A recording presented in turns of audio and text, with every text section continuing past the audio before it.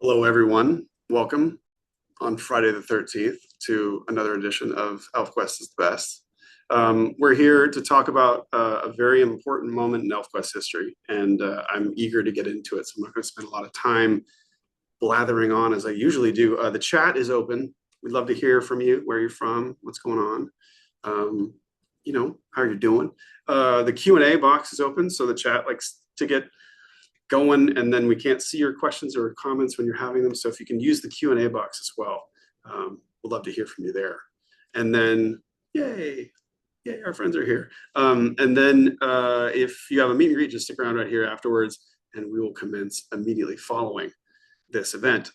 We are going to get into it though today, because this is a very emotional moment, I think, in ElfQuest history. And we're going to be hearing from ElfQuest creators, Wendy and Richard Pini, about some of the secrets, some of the Easter eggs, some of the hidden gems that you may or may not have noticed along the way. Wow, okay, we've got Australia, Alaska, Washington State, New York. Okay, good.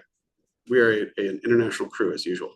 So those are my points of order. We'll be getting into it. Also, if you have some thoughts about the final quest, make sure you put them in the Q&A. We'd love to hear from you about what it meant to you, get into some of the conversations and questions about the building of this arc, and the way, the sunsets and sunrises of storytelling.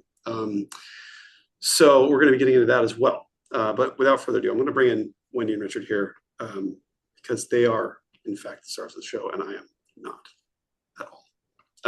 All right. Hello. There you are. Hi. Good to see you guys again. How are you doing? Good to be here. Happy day before Valentine's Day. Happy Friday. I know. Is there a Valentine's tradition when it's like the Valentine's Eve that something else happens? Is there like some sort of Krampus of Valentine's that we need to be aware of? I don't know. Friday the 13th.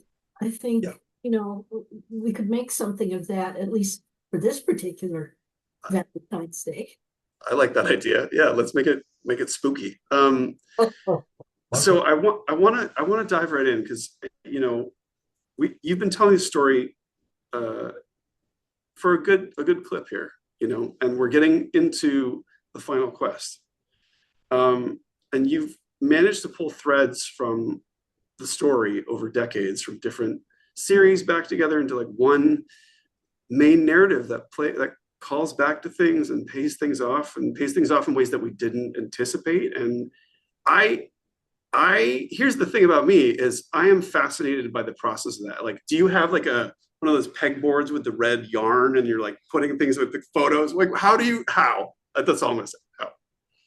Most of it is just the continuing process, as the fans well know, that we just talk the story through, and we remember threads and clues and themes that we did in the past, and we ask ourselves, would this work here? How do we bring this thing that we started years ago to its peak? As you use the word payoff, I love the word payoff, because that's what we love to do, is just bring something that causes readers to sort of ruminate on, now, where could this go? There's several different directions this could go. And we try and anticipate all the different directions the fans might think something will go. And then we take it. You do. There's a little bit of torture in that, because you would go like, you think you're getting this, guys, but you're not. More than a little bit. Plus, the fact remains, we have said this, I don't know how many times, you have to know where you start, and you have to know where you want to end. And it doesn't really matter how many side trips you make along the way, as long as you keep the final goal in sight. Yeah. And over time, keeping that in sight allows you to plant little clues and little Easter eggs here and there, even if you don't know exactly how you're going to utilize them 5 years in the future, 10, 20 years away. You're going to see tonight, everybody, you're going to see was planted literally decades ago. Some of the fine details may have changed in the getting there, but this is where we wanted to go. Yeah, sometimes when you plant a seed, you think you know where you're going to take it. Sure.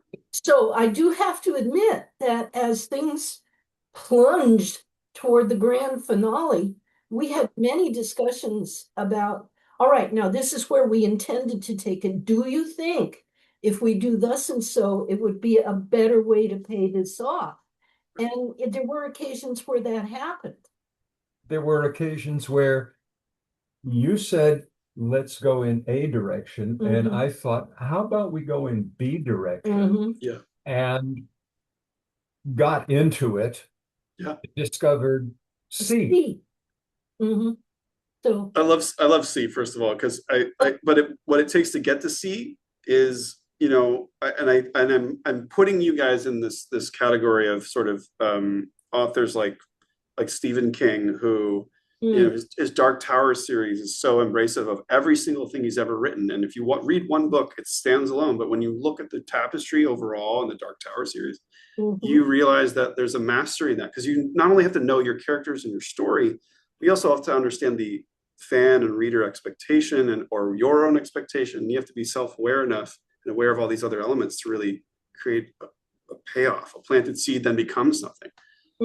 This is a thing that really bothers me, that so many these days, so many movies, so many streaming series seem to me to be doing a lot of fan service. Yeah.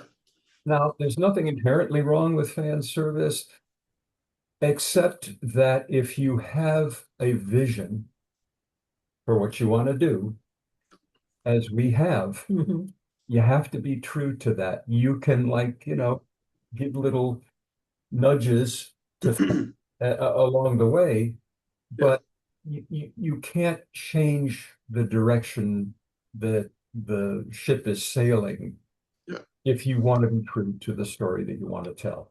Well, you do become aware of your audience, and it's kind of dangerous to be too aware of your audience. Because if you want to go in a direction and you're thinking, oh, they won't like that, they're gonna hate this, but you really know that that's the right direction for the story to go. That's when you have to be true to yourself. And yes, and we like you said, Richard, I think there's a lot of content and creators that are whether they're directors or writers. I think Emperor Palpatine's back again. You know what I mean? Like we're taking some liberties here with characters that had such a powerful impact and bringing them back for that fan service instead of servicing the story. And ultimately, fans are served by servicing the story versus giving them exactly what they want. I think this is what I'm excited about to get into tonight, because we're gonna, we've got some clues that we're gonna be revealing here about like the sort of payoffs and through lines, and maybe even some canards and sort of false things. And I think my biggest, which you got, I can see how delighted you are by that, by the way. I see, yeah, exactly. What I'd like to also focus on is, because you're staying true to a story, is what is like a narrative through line for you guys, and how is that important in your storytelling? Because especially you're unfolding something over a matter of decades, whether you knew you were going to do that or not. What is that through line? How do you develop that? Every story has to have a backbone. That is the through line. But that backbone has vertebrae and supporting characters, be they minor or more important or very close to as important as the main characters. Their individual stories also need through lines. But those through lines for the side stories have to support and correspond to the main storyline so that the whole thing comes together as a great inevitability. The fans have heard me use the word inevitability a lot, because when you really want a story to pay off, I'm going to keep using your phrase, Charlie. When Yeah. you really want a story to pay off, the reader has to feel that what happens step by step by step couldn't have happened any other way. So you have that feeling, and it's a very satisfying one of inevitability. The reader says, "Oh, I knew it." You know, there's something wonderful about that. To get to the question that you asked, finding the through line for ElfQuest was actually very simply there from the beginning. Yeah. Before ElfQuest was ElfQuest, we tried coming up with, what's the title of this thing gonna be? One of them was World of Two Moons. One of them was Hobbs Land. Mhm. One of them was Cutter's Quest. Mhm. There's your through line in 2 words. Mhm. That is the beginning, the middle, and the end of this backbone, this structure, Yeah. and everything else serves telling what happened Yeah. on Cutter's Quest. Yeah. Now, his sorry, I want to say one disclaimer here. what? And when I say disclaimer, I also mean admonition. I also mean like reprimanding. We're going to be talking about the final quest. It's been out for several years now. If you haven't read it and you're just catching up, that's fine. But we're going to talk about it. We're going to get into it tonight, because if you haven't read it by now, the statute of limitations on spoilers is done, guys. It's done. It's been out there. And there is, I will also say, having seen what I've seen now of your work, it's one thing to talk about it, but it's another thing to go through the process and see the panels and read the words and experience what they're going through. So no matter what we say tonight, it's not a spoiler because you haven't experienced it yet, and you need to experience the final quest. If you're like too afraid, or you like don't want the story to end, or whatever the feeling is, stop. Just do it. You have to get in there and do it. Yeah. Some people, when they say to us, I'm afraid to read it. I don't want to read it. I don't want this to end. I don't want that to end. Yeah. Sometimes you have to push through your comfort zone. Yeah. And what you find on the other side will make all that stuff go away, and you will be, I like to use, you will be transported. Yeah. If the story has the effect on you that we hope it has, your heart's going to expand. Your Yes. experience expansion. You're not going to be the same person after you've read the story. You're going to have grown in certain ways, and that's what we want. I mean, that was the goal.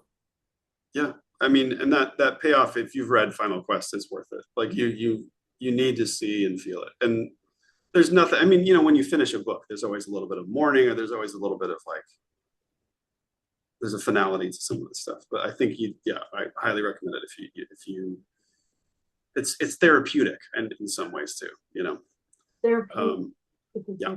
Yeah, cathartic, really. I think, sorry, did you have a point there, Wendy, that I just totally stepped on? No, before I was telling people that there's no such thing as spoilers. Yeah. You keep coming up with words I love. Cathartic, because that's important too. Yeah. Is what will give you that ta-da feeling? What will lead you to, it's what you want to see at the end of a grand opera or something. Yeah. It's this great crescendo of emotion. Yeah. Yeah. And not every ta-da is big, loud trumpets blaring everything. There are quiet ones too. And for me, are worth even more. Richard's a master of the quiet ta-da. The quiet ta-da. Quiet ta-da. I need that. Can you put that in your bio, Richard? This is great. That's the title of my memoir. Exactly. The quiet ta-da. I love that. Yeah. Well, many times what he brings to the story is a subtlety. Yeah. He helps tone me down some. Well, I was listening to something about the Commodores recently, the music act, And like the way that, or like Marvin Gaye, the quiet singing was also often the most emotional. It was often the most emotional because it wasn't big and pushing out. It was like so subtle, but also so emotive. And I think subtlety is so powerful that way, you know? Well, Awesome. you want a balance, don't you? Yeah. You want things to rise and rise and rise, and the tension to get stronger and stronger and stronger. And then you want some release, and then you want some downtime, and then you want the tension to get, like it's like conducting an orchestra, Yeah. So you're not going to tell me if you have a pegboard with red yarn and like pictures and photos and stuff. Okay, that's fine. You don't have to. We don't have that. Okay, that's fine. That's fine. Seen far too many crime procedures. Me, yeah. Okay. And we don't do anything by cliche. No, not yeah. Well, I think as a layperson, you have something so ornate that my mind wants to go to what is the system by which you get there. And I think so. My follow up to that would be, what are some examples of things that you came up with along the way that maybe weren't planned initially? I would say, and again, after reviewing the book just before we came on, Yeah. I'm still surprised by directions that relationships went. That in the beginning we thought would go one way, and then they went another. I'm going to particularly point out Ember and Tyr. Ember, the daughter of Cutter, she inherited her leadership position from him, but she's very different in her style from her dad, and she always wanted to be. She always wanted to be her own kind of chief. And how the relationship between Ember and Tyr began, and where everybody thought it was going to go, even us, all of a sudden, she's the daughter of Lita, and Lita had the power to refuse recognition. And so a moment comes in the story where, originally we didn't really think about it that way, but whammo, Ember follows in her mother's footsteps and is able to block recognition because it's coming at the wrong time. And this is an example of, you don't have to have all of those pegboard, push pins and the red yarn and the green yarn and everything else. What you do have to have is a really good understanding of at least the major characters and how their minds work and how their hearts work. Because, yes, everybody was thinking that Ember and Tyr, because they got introduced in Hidden Years and things progressed, they're going to recognize, and it's going to be sort of a standard recognition. But the circumstances of Final Quest put a big brick wall in the way of that. And knowing how Ember is constructed spiritually and psychologically and emotionally led us inevitably to what she had to become. Story to progress. We began to see that Ember harks back more to her grandpa, Bearclaw. She's really a lot more like her grandfather than her father. And that puts her in the direction of making some really tough, straightforward decisions that don't have any gray areas. Yeah. And for a female character, that's kind of an unusual direction to go. Yeah, but I also love the universality of, like, I don't relate to my parents, but I relate to this other elder, right? Like, I remember relating to my grandmother more than I did my parents in some ways, at times, and that's a really powerfully true thing. It's not at all linear. It's not at all. No matter how much we want it to be. I think that, and that's the thing I also want to sort of dig into, is how do you keep these characters? I mean, you've been talking about it, you did this. How do you keep these characters consistent on an in-character basis over decades? Like, how at the same time letting them grow and change? Like, how do you know the edges of the boundaries of somebody that's been pushed through lots of stuff? It's just as Richard said, it comes from knowing them. I mean, ElfQuest, let's face it, has a cast of thousands. Yes. Yeah. Yeah. And so we have had to keep in our minds this entire other universe, and we have to know them.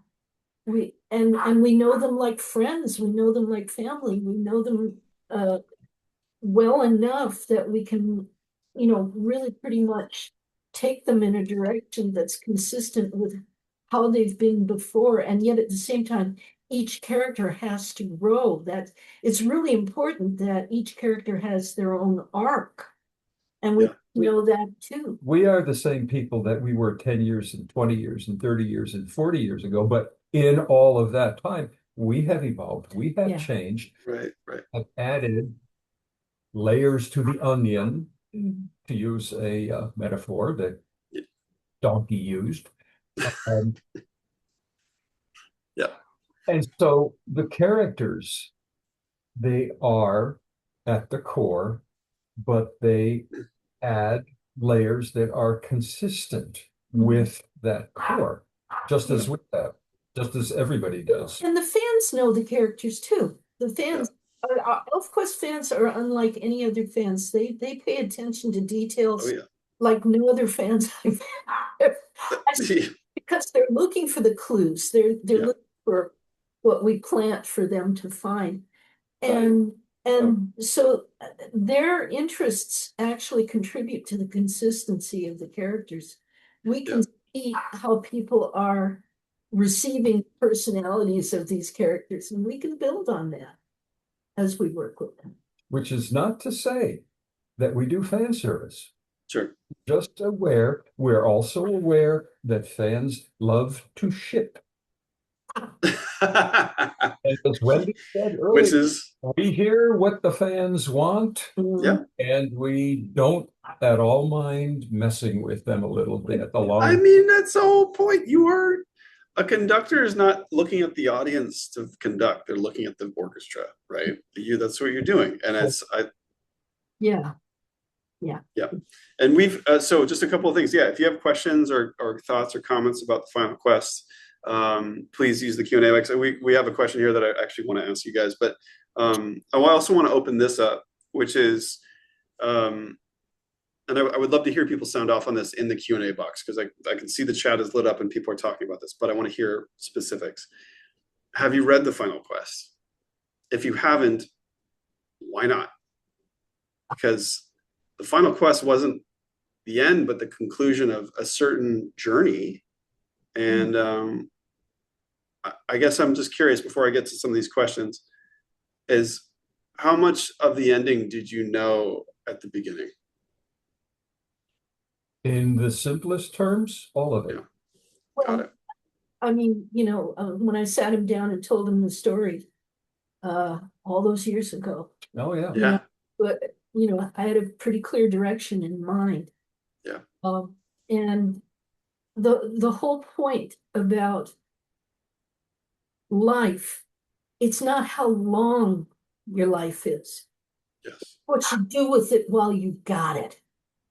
And God, I wish more people knew that. Yeah.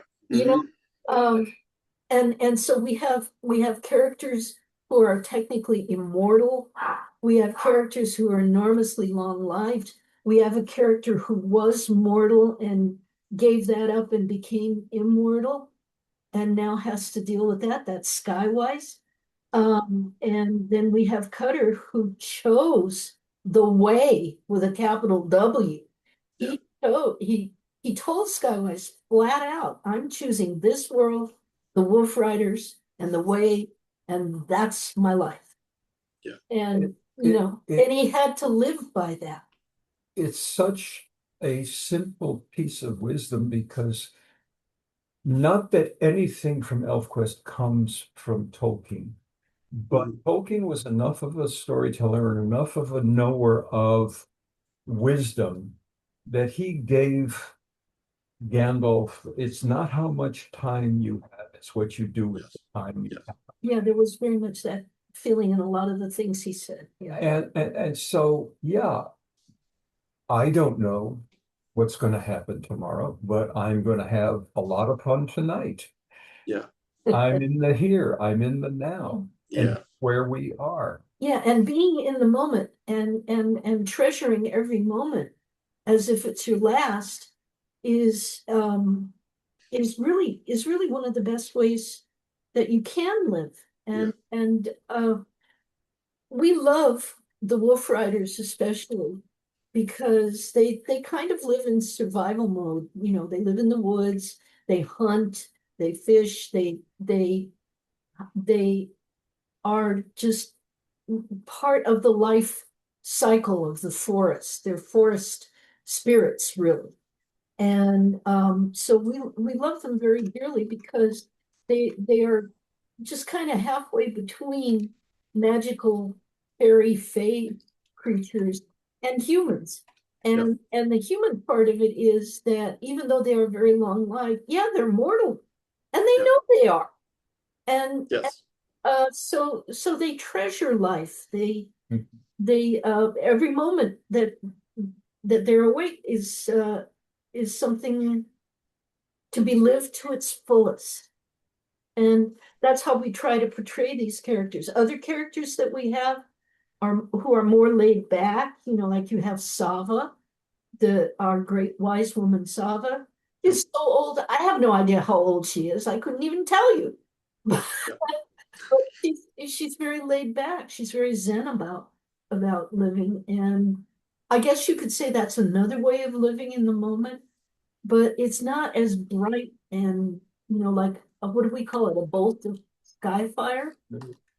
Sharp Short and sharp, a bolt of sky fire like in the the new night. moon. Yeah. So it's, you know, so all these characters have different temperatures. You were asked Yeah. about how we keep them all straight in our heads. And, you know, they have different temperatures, they have different vibrations, and we just know them all. I have to, a comment went by. You did. If there's a dog on screen, it has to be introduced. I don't It's make a the law of it's nature. a stated rule. Yeah, it's true. Our seeing baby, who is one of our two 14-year-old Pomeranians, So cute. nowhere to be found because baby probably chased him out of the room, and that's Yes. just dynamic. And neither one of them can listen to us talking as we're doing right now Yeah. without wanting to be in the room. So Yeah. there you go. Yes. Okay. Okay. I agree. I need to be in that room as well. I think you could study Zen Buddhism or read Final Quest is what I'm hearing. I think being in the moment and in the now, we need constant reminders of this. Everything is pulling us either in the past or the future. All of our technology, all of the news, all of the things, all the people around us, we're constantly being pushed out of the moment. And this work and being able to sit with the work in the way, this sort of finale moment is a very grounding into the moment piece, right? Yeah, if you take the journey of Final Quest, if you haven't done it already, if Yeah. you take the journey, one of the things you are going to feel is that you are in a world where there is time and availability to have the maximum understanding of an experience. You know, things don't go by so fast in the universe of ElfQuest as they do in our world now.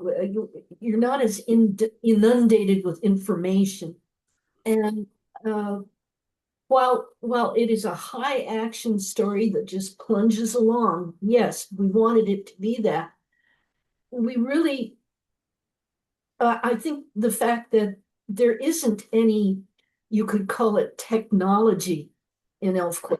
You know, the elves don't deal with technology, and they have sending, they have their psychic powers, they have sending, and it makes life richer and slower and different from how it is in this world. Which is why ElfQuest is a comic book series Right. and not something else, because only with a comic do you get to read at your pace. Mhm. Do you get to read something over 2 or 3 times Yeah, you can go back. if you think, oh, I want to read that again. Mhm. This was and remains a prime decision about the telling of ElfQuest, because the merging of words that you read and pictures that you see at your pace is what allows you to go into this. Yeah. You don't have to pay attention to social media pulling at you every which way incessantly, or the talking heads on news or any of that stuff. You get to go into and live in the world that you build through reading this or really any other work at your. Yeah. I want to tell a short story about something that really jarred us. We were at a crafts fair where a young woman who was a YA writer had, and she was self-published, had set up all her table with all her books, and we chatted with her about being self-published, and shared experiences.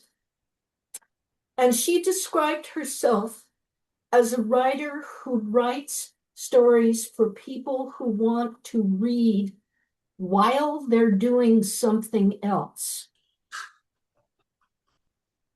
Can you believe this? And she did it deadpan. She was dead What? serious. I write the kind of story that people can read while they're doing something else. Which is not to say I will listen to an audiobook while I'm driving. Sure, sure. Same thing. Reading is an act of interaction between you and what you're reading. Yes. And how do you do that when your attention is elsewhere? We just wished her luck and walked away because. Please, yeah. But it's a trend. People are ultimate multitaskers nowadays. Sure. They several things at once. And it doesn't work. Well, it doesn't work if you want to get the full experience. I think there's another thing, which is why some people say, "Oh, I don't want to read Final Quest. I don't want to get to the end of things, or I don't want to see what I'm afraid to see." Sure. The fear of having a complete experience seems to be a trend now. Yeah. Yeah. They want bites. They want. Yeah, and they want them incessantly. Yeah, they want little bites of life rather than a big catharsis. Yeah. Well, but this is the purpose of, to me, in Final Quest is saying having a whole emotional experience. To have a complete emotional experience, you have to be willing to enter into things beginning, things ending, things appreciating, like in terms of value over time. Yes. Yes.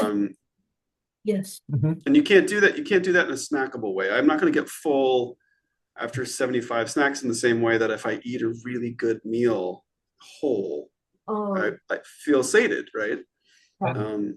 Afterwards, you push away from the table and you go, Exactly. And that's what this is. Where the next one's coming or when it's coming, you're just marinating in your experience. Yeah, luxuriate in the fact that you had a good experience that you're really thankful for, and have a full experience. Because having a partial experience, you can get that anywhere. You can go get something fast and easy. This is not that.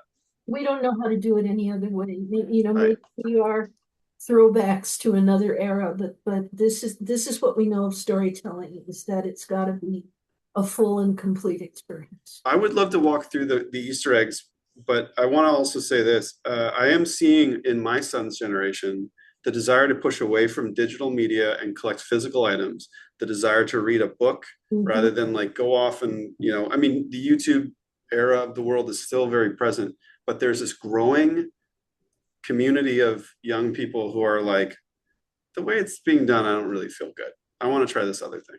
Pretty cool. There is a direct parallel. A documentary came out not too long ago, Pencils versus Pixels. Pencils versus Pixels. I'm writing this down. The animation, Disney's Snow White and Disney's Sleeping Beauty, gorgeous hand-drawn things, full life. And then digital technology came along, and all tools can be used for good or not so good. Sure. And now there's a lot of digitally and more recently AI generated Yes. animation. But at the end of this documentary, it was pointed out that more and more young creative people are getting back into the hand drawing of animation because they want to have that life come from them onto the drawing, and you can't get that with AI or with a program, an animation program. And that was so incredibly wonderfully validating to this old school feeling that we Yeah. live in. Yeah. Yeah. Because it feels like a lived-in moment and art and emotion rather than curated, manufactured. It really does. Hopeful. It's really hopeful to realize that people want something more real, more Yeah. satisfying to chew on.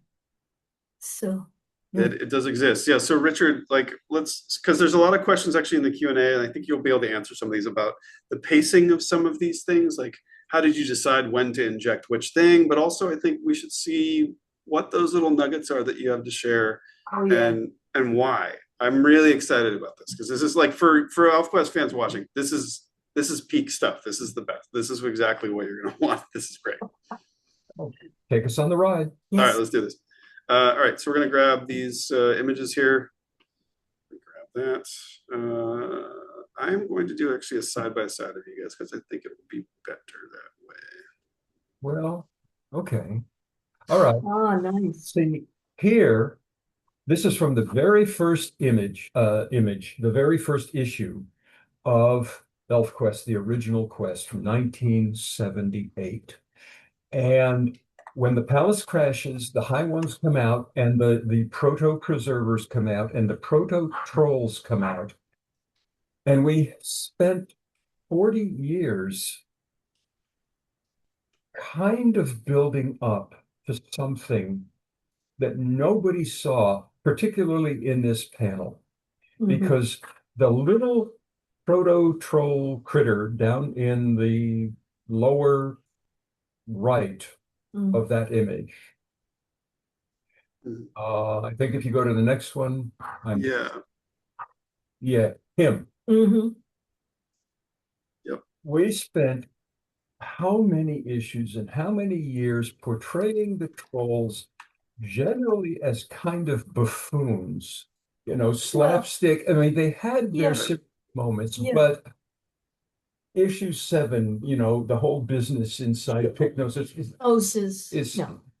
but the trolls were never meant to simply be comedic relief. No.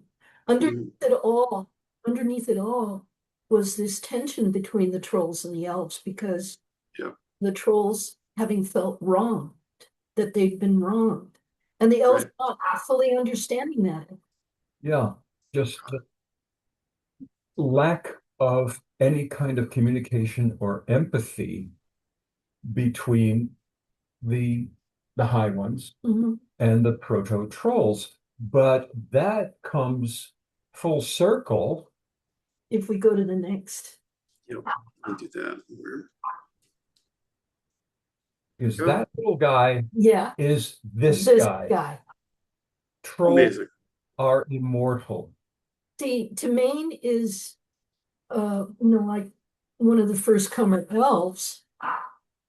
This is the first comer troll. This is that little guy you saw coming out of the palace. And so he's 20,000 years old. And Cutter, in the course of his life's quest, you're going to hear that all through. That you can hear the dogs bark. That's what I was talking about earlier. Pay no attention to that Pomeranian behind the door. Cutter, after however many years, realizes that every piece of tension, every conflict between elves and trolls, the war in the original quest, and everything else has been as a result of that lack of empathy between the two races, if you will. And so Cutter delivers The great the apology. great apology Mhm. after 20,000 years. Mhm. And that it's like the rip in space-time, closing and healing, but it's an Mhm. emotional rip, closing and Well, healing. we call it the healing of the broken wheel. Yeah. Right. Amazing. Oh, yes. This is this is from Dreamtime, and you planted Well, see, now, you salted Dreamtime with clues upon clues upon clues. absolutely, if you want one source of just every single story in the series being a clue, it's Dreamtime. You know, we just kind of felt like putting out the world's biggest tease. And so the dreams that the elves had while they slept for all those thousands of years was they were kind of prophetic. Yeah. In this one, Shen, she doesn't know what she wants to be. So in her dream, she sees Talit, and Talit reaches out to her with a five-fingered Mhm, hand, mhm, which is a human hand. mhm. And that is prophetic in the sense of, if we go to the next one, see, that was 97. Yeah. Mhm. That image comes 18 years later Mhm, to Shen realizing what she wants to be. She wants to be an ambassador mhm. to the human world and to help ease the tensions between elves and humans. More than that, Shen is a midwife. And what better association can she have to have a chance to deliver babies than in the human world? Because And humans have a lot more babies than elves they do. sure do. So Lita, Shen begs her sister to at least inform, if not genetics, turn Shen human, which is what she does in the next, I believe. Yep, there Yeah, we are. Mm. Lita has changed Shen into a form that can go into the human and do good. Mhm. Hmm. But that clue So, was 20 years ago. wow. This one, Wow. Oh, this one. Oh, boy. This is Strongbow and Moonshade's dream that they share with Scott and Krim. And it's very symbolic. We didn't really give anything away because these images could be interpreted in a lot of different ways. But when you read the final quest, you will see how this really almost literally shows what they kind of somehow knew in their heart of hearts was going to happen. and the way it's drawn. I mean, this one here is a master at this. These are dream images of Strombo and Moonshade together, and they dance, and they their spirits are wolfen. But notice that the black borders are becoming more and more hand-like, Yeah, the more and more borders grasping closing to in. pull them apart until there's just one wolf walking off into the distance. Mhm. And that is very symbolic of Yeah. that What actually happened. in well, I think it's in the next slide. And Yeah, yeah, yeah. yeah, The next slide. Yeah. he We got. he loses her, Mhm. although he doesn't Well, because entirely. in ElfQuest, and we established this, you know, as early on as the first 5 issues of ElfQuest, we established that elves can send their spirits out, that they are in fact spirits, and that when they die, they well die in quotes, they are guaranteed to live on in spirit form with personalities intact and wisdom intact. So death doesn't mean the same for them, but in the case of Strongbow and Moonshade, he's so attached.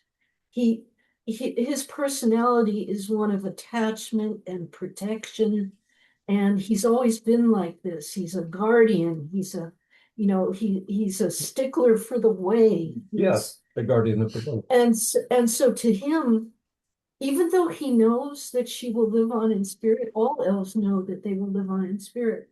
He feels the loss of her physical presence more powerfully than a lot of elves would. Final Quest is not the end of the series because Right. in the case of a character like Strongbow, his story is not finished No. with this event. His arc is yet to be written and Oh yeah, completed. he goes on. You'll see more of him in Stargazer's Hunt, which directly follows Final Quest. And what you see in Stargazer's Hunt is how he has come to a kind of a peace with what happened, and how he has kind of resolved his intense attachment into more of a loving place. Yeah, So yeah. And okay, now oh, now we're getting into the okay. Well, the Spirit Maker spider has been featured throughout ElfQuest as a symbol of death just coming out of nowhere. Mhm. So this is Wolf Rider. this is in the Wolf Rider Yeah. series. And this is the moment Cutter is born, and Skywise was there to see him born. And Skywise noticed that the Spirit Maker spider was jumping towards the newborn baby. Oh my God. I think Yep. we Yeah. have Let me arrested. see. Well, Oh, there you go. yeah. Okay. Okay, there we go. Skywise leaps in and catches it between two stones Yeah, he's and kills it. yeah. But this was a premonition Mm. that these threats exist in the living world that the elves inhabit. Mhm. Mhm. And what this is about is this is saying in symbolic form that the moment we are born, our death is with us. Right. If we are mortal and we take our first breath, it's the first of a number of breaths that are eventually going to be final. And so again, it goes back to that lesson of it's not how long you live, it's what you do with what you've got. If you know you have a limited amount of time, then why not Yeah. live it to the fullest? But when people read this going on 30 years ago, they thought, oh, Skywise saved Cutters, from the spider. Right. The spider evolves as a character as much as any of them. Because if you go to the next slide, Yeah. Oh man. there's Yeah. Cutter Mm-hmm. and Shuna from the Widowmaker spider, Spirit Maker. the Spirit Maker, Mm-hmm. and explaining something about Mhm. what it's like if you get bit. Yeah. Oh man. Obviously, he's seen others die from the Spirit Maker bite, or he knows of it. And he says it's a kind death. And sometimes you don't even know you've been bit until your heart stops, It's just sudden, yeah. Yeah. Yeah, Mhm. they don't know that they're dying. That's an interesting reference, guys. That's an interesting reference. So in Final Quest, and this is going to be the biggest spoiler of the Oh man. Mhm. he feels this little itching Mhm. sting. He reaches back and realizes that his wish that he expressed way back when, I'm choosing to live in this world, and this world will decide when I leave Yeah. it. In Siege at Blue Mountain, at the end of Siege at Blue Mountain, he says, there's my skin and there's me. And when I die, there'll just be me, but I'll let this world decide when. We set that up in Siege at Blue Mountain. Wow. Wow. Yeah. That's right. Wow. By the way, I have to do a plug. Wendy is completely recoloring. Yeah. And it is blanking gorgeous beyond ability to say. And that's all I'm going to say, because it's coming out in 2027 and we'll be feeding little examples of that. But man, I've been here from He's the been beginning. watching. Yeah. I've been Yeah. and I can't think of a rejuvenation, a resurrection, if you will, of earlier material that is as powerful as what Wendy is doing with the recoloring of Siege. Thank you. And more than recoloring, but I won't take any more time. Okay. That's a future discussion. I love all the parts. All right. So yeah, but if you look at that look on Cutter's face, Can't go back. Yeah. Oh, he can. In that third panel there. And again, this whole sequence, as many fans know, was drawn 25 years before this issue. I had sketched it out.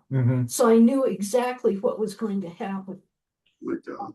And that look on his face was something I worked on really, minutely, because it's the perfect acceptance. It's acceptance. And how do you And a facial expression that's acceptance? Oh, it's perfect. And I think also, the not resignation, the acceptance, and then also the fact that it was not a big battle moment, like big, high, like explosive. But okay, I see how it is. That's such a cliche in fantasy. You have Conan, and single-handedly he fights off 100 warriors, and maybe he lives, but if he dies, it's a heroic, noisy, bloody, big, huge death, and that's not the way we do things. No. How do things die in the forest? If you think about it, if you've ever been in the forest and you've come across a little skeleton or something, things live and die quietly in in the forest. Unless they get eaten. Well, I mean, it's nature. It's just nature, and this is exactly what Cutter wanted. And on the next one, this is Wendy being really tricky again, because in Dreamtime, Cutter says, if you zoom in on the red outlined balloon there, they've all shared their dreams and we've all tried to figure it out. But Cutter says, on my heart, I swear there will always be a father tree. This is in Dreamtime, 20, 30 years ago. So at the end of Final Quest, now this is not what he means when he says it, but this is the kind of foreshadowing thing that she loves to do with the script. At the end of Final Quest, a new father tree, because the old one has been destroyed by the humans, is made to grow from a seed that is implanted into Cutter's heart. Yeah. Next images.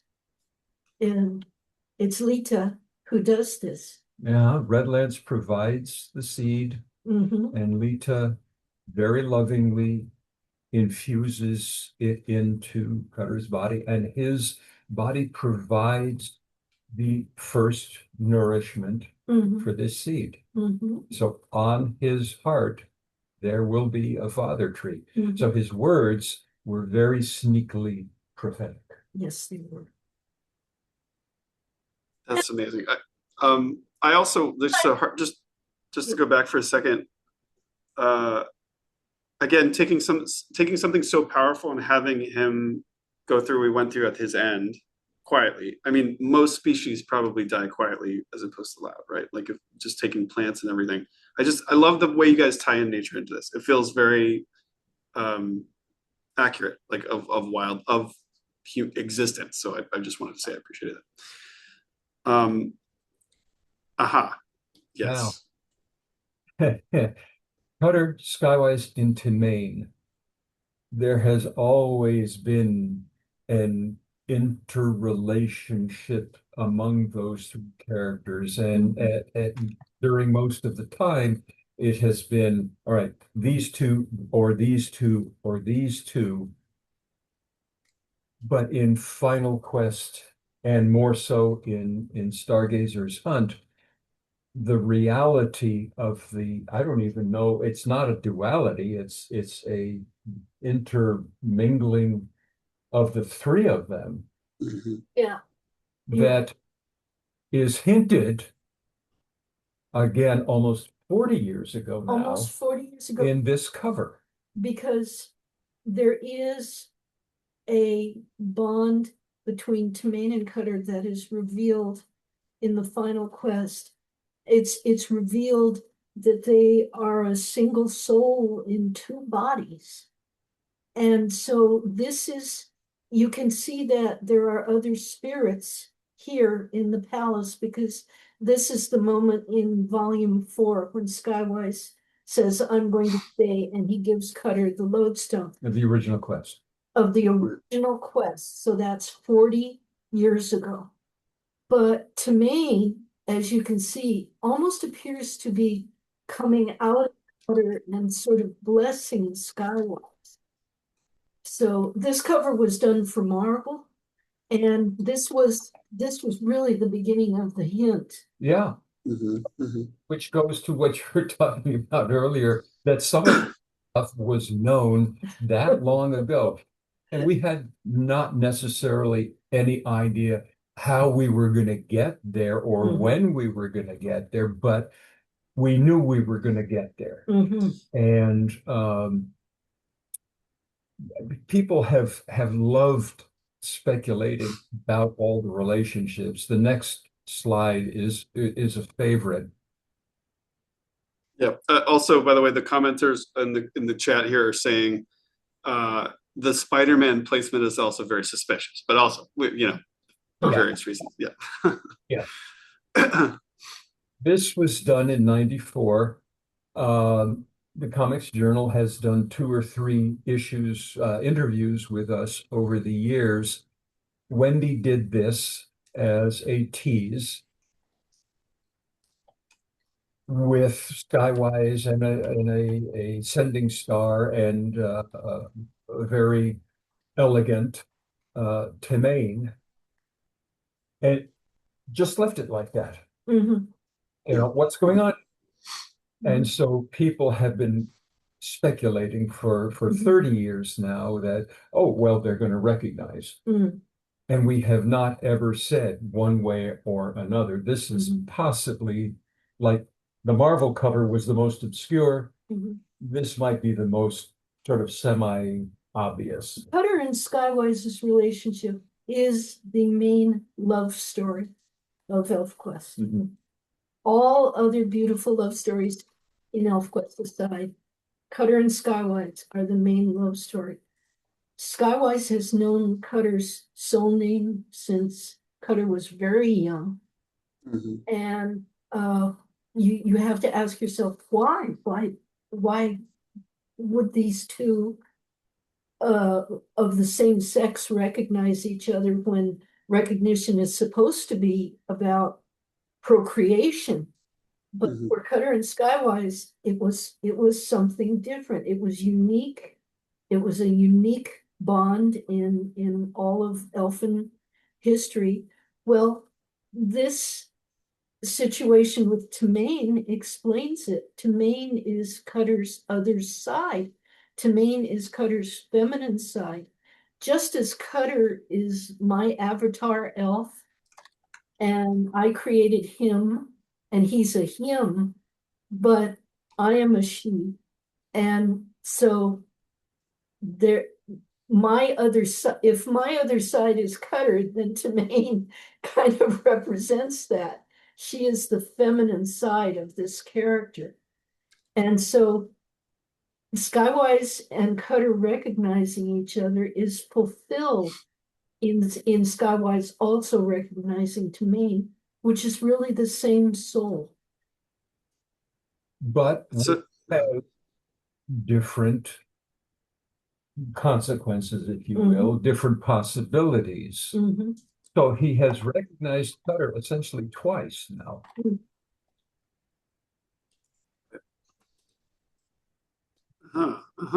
We hinted at that back in Dreamtime, that wonderful stew pot of foreshadowing. Okay, Skywise's and dream. I have to jump in and say Richard deserves credit for this dream. Richard really had this dream. This is a dream that Richard actually had and told me, especially the moment with the blanket, metamorphosing into, we call her Timini, Mini Timini. Tiny Timmane. Tiny Timane. But this was a real dream that Richard himself contributed. And since Skywise is his avatar, well, we had to put it in there. I mean, somehow over 40 years of ElfQuest, we've managed to blur the boundary between what we call reality and what goes into the story.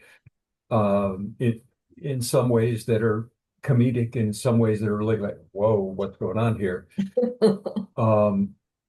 But this was a hint of not a recognition so much, but a, oh, hi, Yeah, let's you go to the next page. Oh, okay. yeah. It foreshadowed Skywise truly recognizing in the classic sense with Timane and Cutter. This is real Cutter in the back there going, what, wait, what? Yeah, because Cutter is beginning to realize his own connection with Timane at this point. Although it's not in the surface of his consciousness yet. So we're actually bringing the reader closer and closer to the big reveal, which is coming up very shortly after this scene was shown. We have a question also from the audience, from Sarah. She says, I've struggled with the story of the split souls, especially as Cutter was, quote, born so much later than Timane. Sorry to be so linear. Is there anything you can do to elaborate on this? Anything you want to say about it? It's really clear in this, the way Timane tells it, it's very, very simple. The way she presents it, her spirit went out and was drawn to the mating of Bearclaw and Joyleaf. And in that very moment, she was trapped in the pit as the wolf, but part of her split off to become born in the world and to live in the world. So as Cutter, as Cutter, as part of Cutter. It's kind of a mythic sort of thing.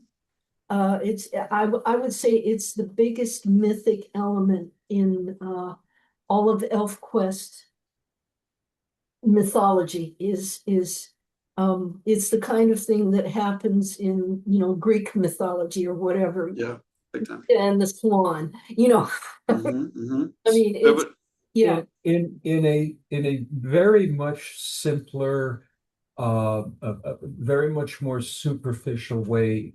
Think of any story in which the character got split into two, and there was, oh God, I'm thinking of Star Trek now. There's bearded Spock, who's a little bit Machiavellian and logical Spock. Or Kirk divided.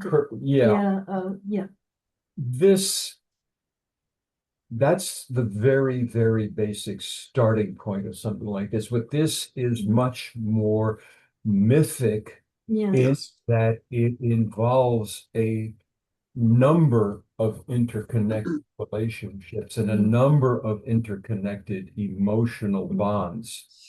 But this is one soul in two bodies, the male and the female aspect. And my gosh, this has been explored in mythology going so far back, we can't even count the millennia.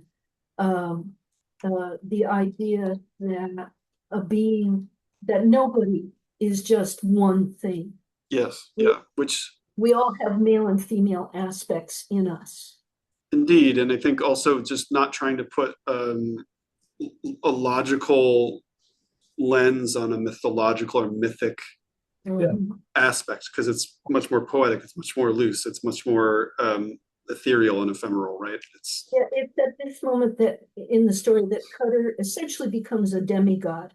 right. What we would call a demigod, part mortal and part eternal. Yep. And the big whoop, Oh, we went backwards. no, Wait, no, this is 17. hold on. Yes. 18. Yep. Yeah. Okay.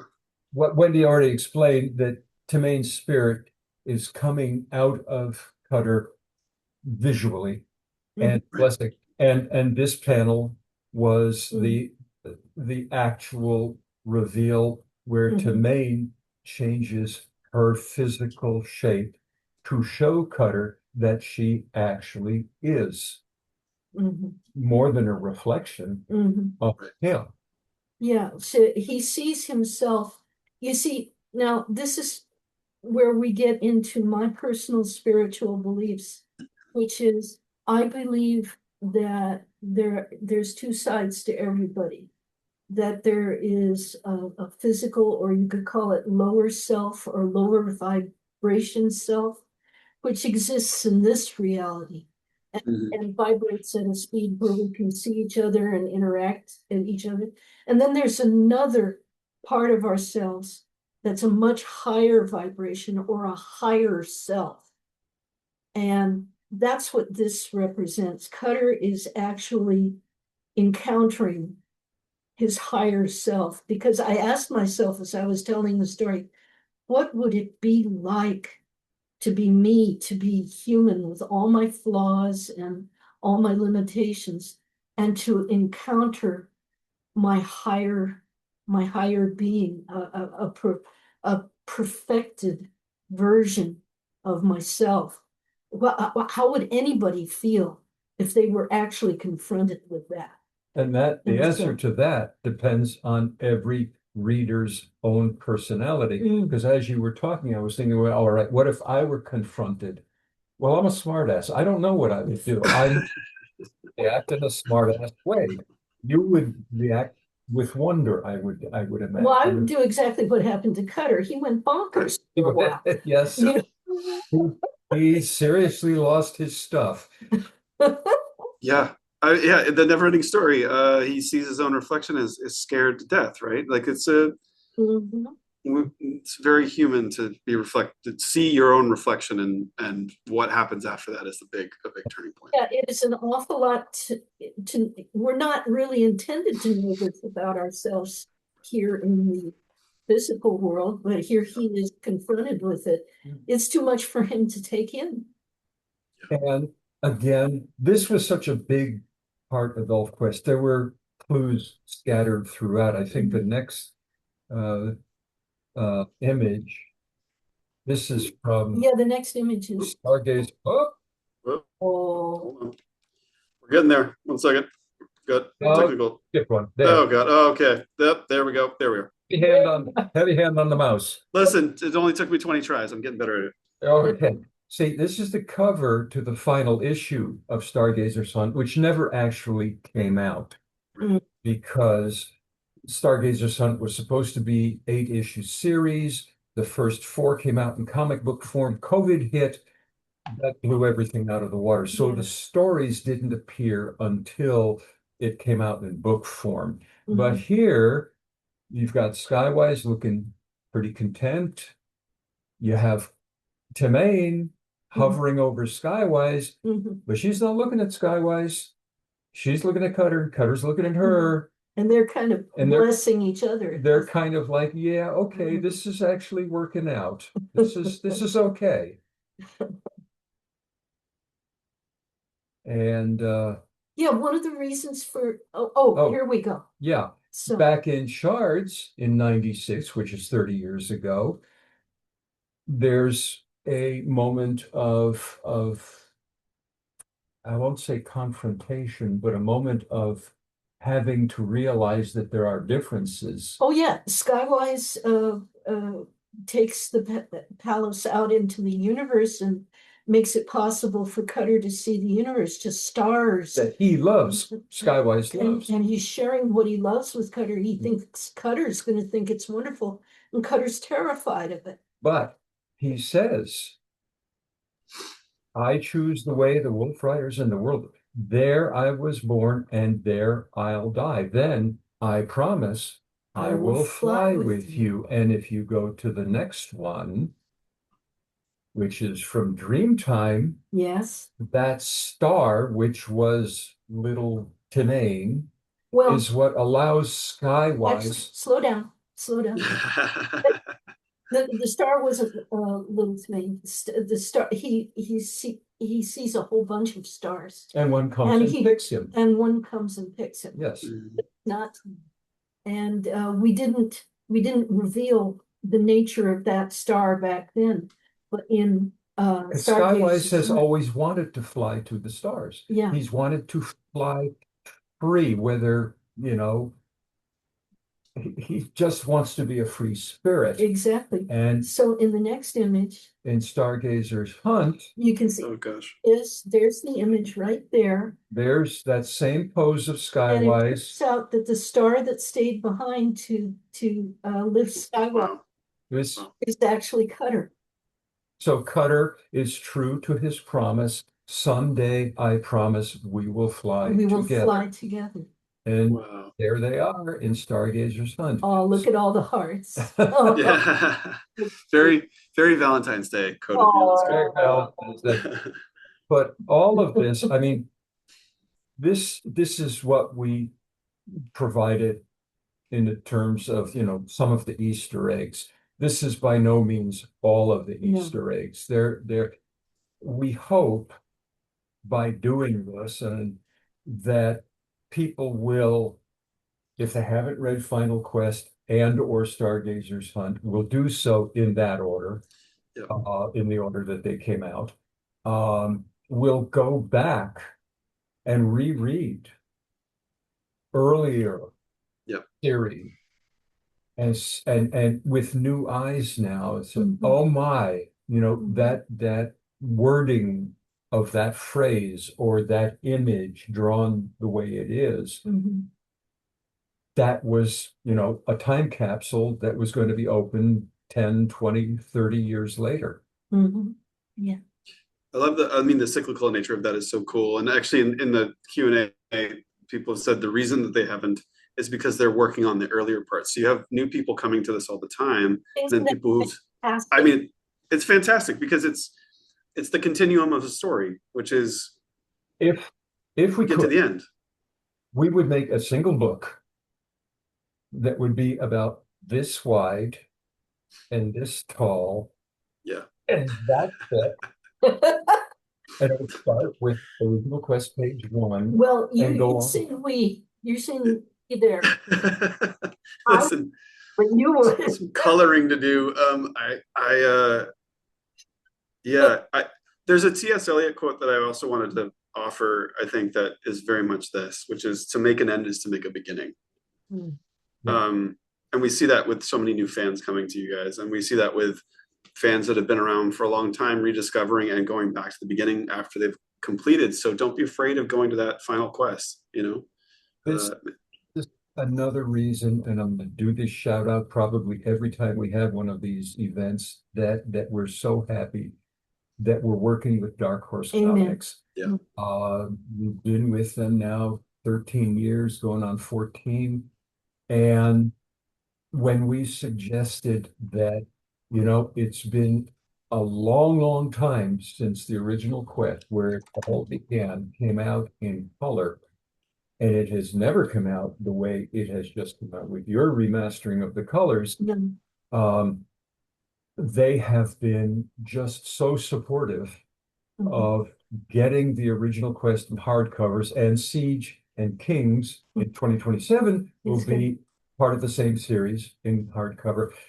And not keeping it in print. Keeping it in print, but not only have they been supporting, the way that the reason they're going to stay in print is they've just been flying off the shelves. People true. are discovering it, and we're hearing from people who are reading it for the first time, and they're saying things like, "Where has this been all my life?" And I don't know, maybe Been it's around for 50 years, guys. Come on, get on it. Yeah. Come on. more relevant now than it was to begin with. I don't know. 100%. I don't really want to try to dissect why it's happening. Mm. And the feeling that it's happening is enough. Yeah. There are other people who know marketing, who know social media, who know a whole lot of the nuts and bolts. For us, it is wow. The first volume hasn't been out. Well, it's going to be out about a year, but it's already into its third printing. Mm-hmm. And we're thrilled about that. Yeah. So, you know, God bless us, everyone. Yeah. Because it takes everyone, creators, the publishers, and the readers. And the passionate ones in this community, you know, there's so much about a community that can carry this forward. I mean, you know, from David to every fan that's in the Facebook group to you guys working diligently, I think it's all an aligned vision of something that it's a story that people need to see and hear and read and look at and dissect for themselves and make them look at their relationship to it and its relationship to them. So thank you for going through all that. I mean, what? We're aware that we ask a lot of the readers, believe me. Oh yeah. This is a lot to digest. And I don't recommend that you try to do everything in one sitting. You know, we've heard of people who have. They do that. But I'm like, yeah, what happens to your brain? Well, maybe some people can synthesize it that way, but it goes back to what I said earlier, that only a book with words and pictures that you can take your time with, that you can hear those words in your best way, that you can see and interpret those images in your own best way. That is a miracle. That is the true telling of a story. Mm-hmm. Mm-hmm. Well stated. Yeah, great stories you can come back to. You're different and the story is different for some reason. And we've got people now who are grandparents, their grandchildren. They read it when they were children. Stunning. And in 40, going on 50 years, 2 generations have happened. Yeah. And they're passing it along. Well done, both of you, and well done to this community. And go read the final quest. Stop your commitment issues. Get out there. It's okay. We'll all be okay. Do it. Yeah, to make an end is to make a beginning, and this is a beginning. I mean, one story ends and another begins, and it's also about your relationship to it as well. That story could also be about who you are after reading it. So go get it. Well, it changed us. I mean, as pointed out, we evolved through the telling of the story, and it changed us forever. So, well, thank you guys. I mean, Wendy and Richard, thank you for everything, and thank you for this, and thank you to the people who came tonight and hung out. We're going to be moving on to, and we can do that. We can move on, everybody. We can move to the next thing. Are we going to be able to scroll back through this and read this that we couldn't? We can. Which? Yeah. Okay. But yeah, we'll be. Did we miss something? Is there more? What? You mean the chat? Yeah. Oh yeah. Well, I can.